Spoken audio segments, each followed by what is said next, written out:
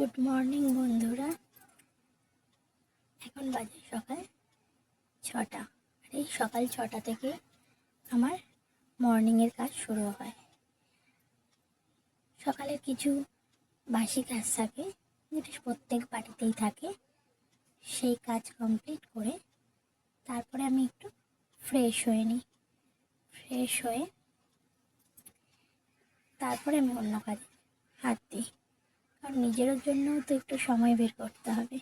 এই কাজের মাঝে যতটুকু সময় বের করা যায় নিজের জন্য, সেটাই চেষ্টা করি। তারপরে আমি রেডি হয়ে রান্নার কাজে চলে যাই।